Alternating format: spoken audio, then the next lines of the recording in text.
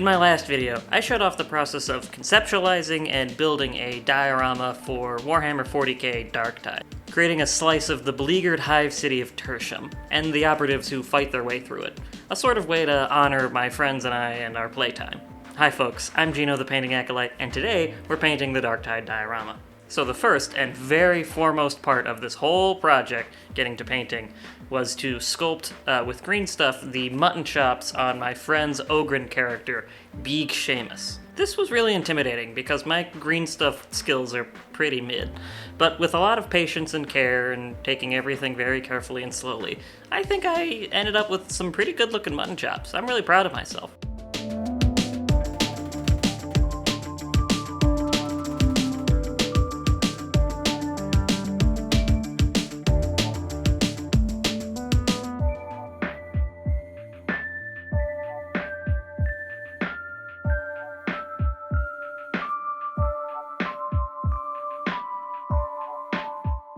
I think I managed to capture Seamus's likeness pretty well. After the diorama was primed completely black all over, the very first thing to do with that was a pretty heavy all-over silver metallic dry brush. The diorama scene takes place on a metallic walkway type street, and a big heavy silver dry brush would be a really good starting point for any future work that I wanted to do on the diorama.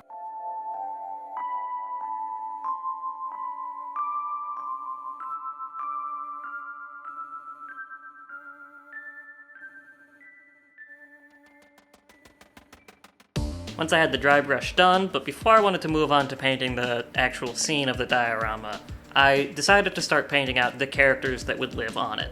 I started out with painting my zealot character, Roland. I kit-bashed him pretty heavily. I was trying my hardest to model these characters after their in-game appearance, and if I couldn't quite capture the character exactly, I wanted to at least capture the spirit or essence of the character. I wanted the paint scheme to match the look of the game as well.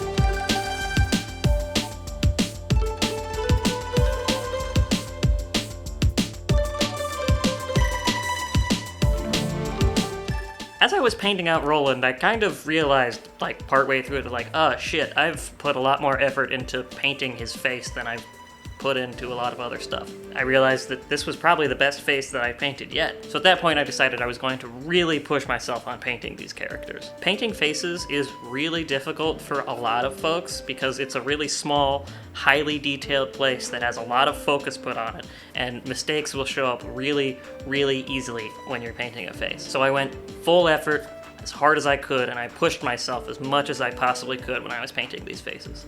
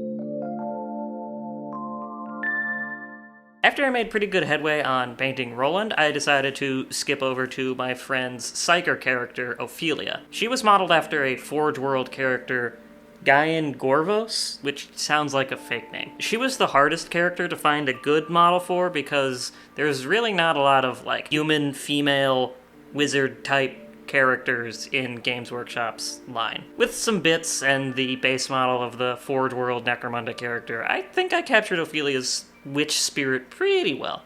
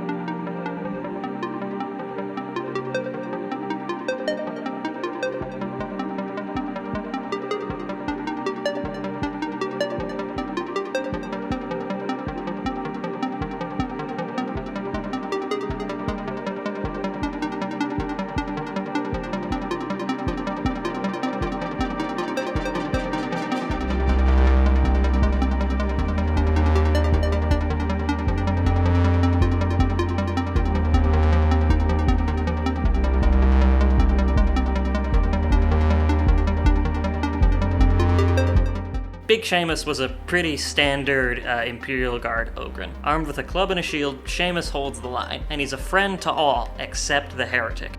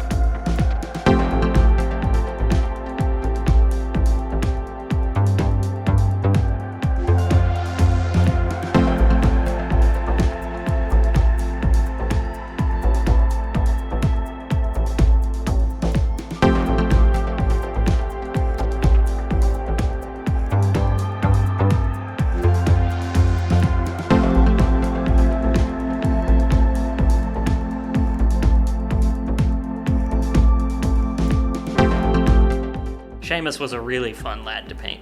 Isn't he cute?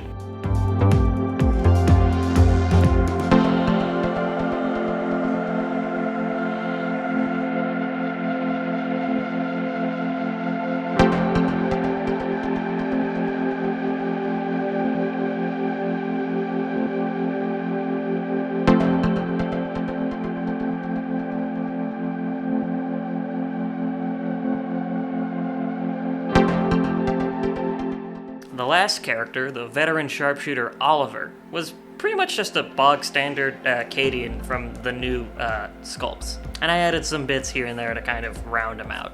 There were a ton of weapon options to choose for him, but there wasn't anything that exactly matched the weapon that my friend uses with the veteran sharpshooter, the recon lasgun, so I just used a regular lasgun and put a big old knife on his side.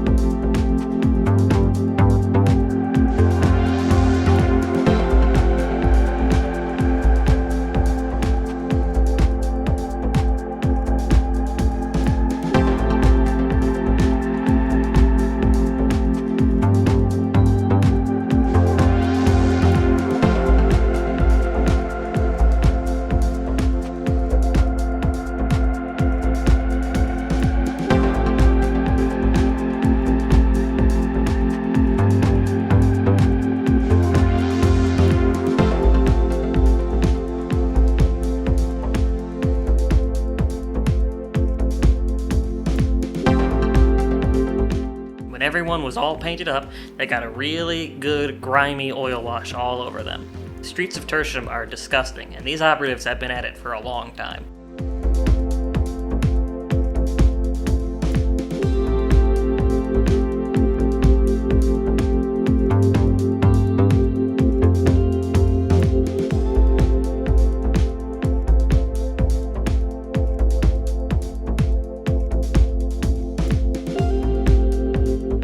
While the cleaned up oil wash was curing, I started to get cracking onto the actual diorama itself.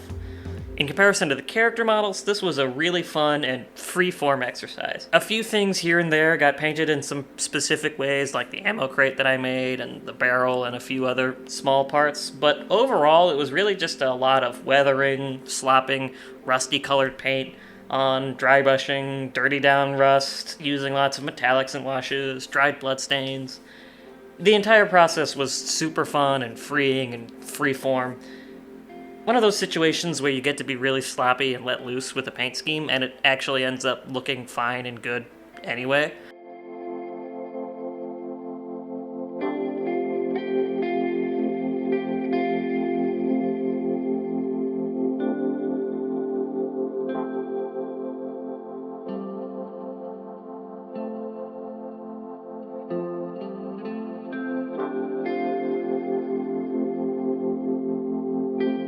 A lot of back and forth oil washes and cleanup went into the diorama to really help nail the grimy color and recessed details of the entire thing.